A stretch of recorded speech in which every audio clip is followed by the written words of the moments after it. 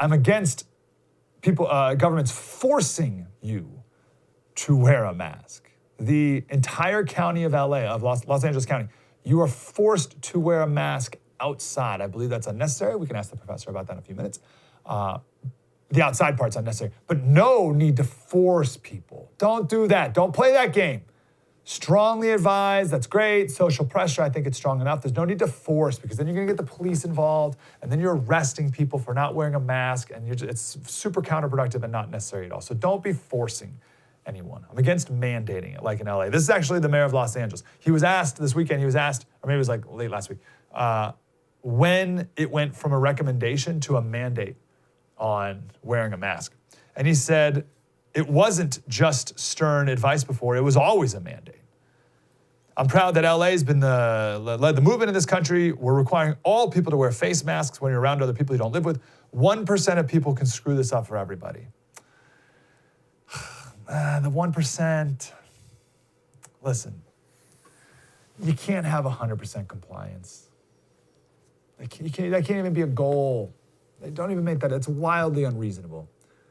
And you bump quickly into not only the law of diminishing returns, but even backfiring when you go after that last 1%. I think it was Garcetti who, in the very beginning of this, said we're going to go after the 0.1%. The 0.1%, I mean, come on. Ridiculous. Don't do that. It's going to backfire on you.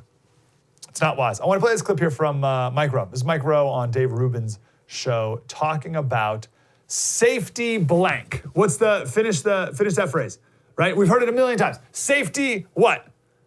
Safety first. And Mike Rowe says, no. Safety third. I love it. I love questioning things that we've heard our whole lives. My whole life I've heard safety first. And Mike Rowe's like, he thinks about it. I remember, our theme's perhaps the opposite is true. So he thought about it. Said, should safety be first? Is that good or no? Let's question that. Let's think about that. And that's what he did. So we'll explain that in more detail, but here he introduces the theme here.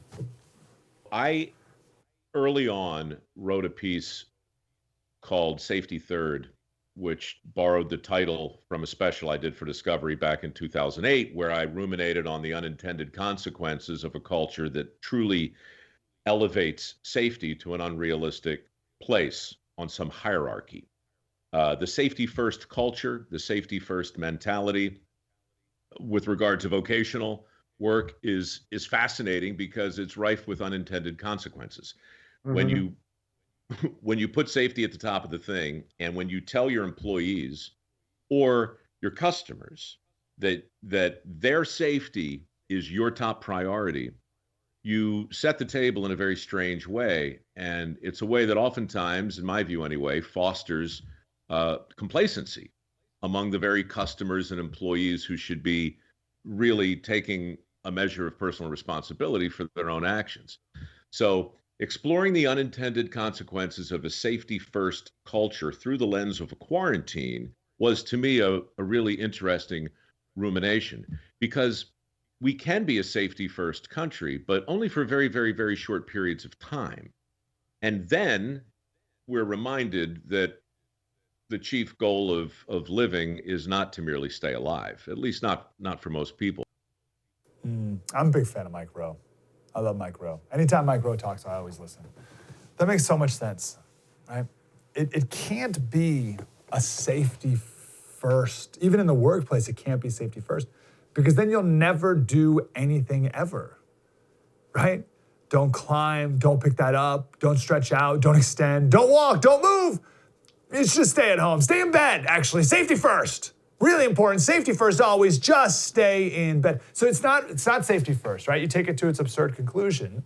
You see the ridiculousness of it. It can't be safety first. It's not safety first. No one lives their life safety first.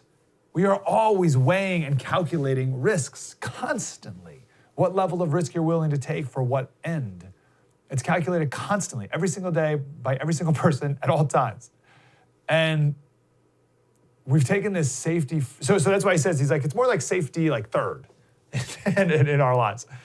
Or, as he puts it, safety always. That's better, safety always. Not first, though. So anyway, we've taken this safety first mindset and we've forced it on everyone in the country with this virus. And it made sense at first. because everyone's actions affected everyone else, and we were on this exponential uptick of the curve and tons of unknowns. We had no idea what we were really dealing with. So at that moment, hey everyone, safety first. And everyone put it first, right? The building's on fire, safety first. But that just proved how we were never really safety first. It was always about safety third. But for a while, safety first, everyone. Stay in your home, don't move. And then 2 weeks turned into a month, turned into quarantine, which is Italian for 40 days, which turned into 60 days, which turned into we're at 80 days or something down here in California. So it's wait a second, we can't have safety first anymore. Can we make safety second? Safety second, start working towards safety third again, where we normally put it. Because the chief goal of living is not merely to stay alive. Slater Crusaders, thanks for watching the first on YouTube. If you want more, subscribe. We got plenty.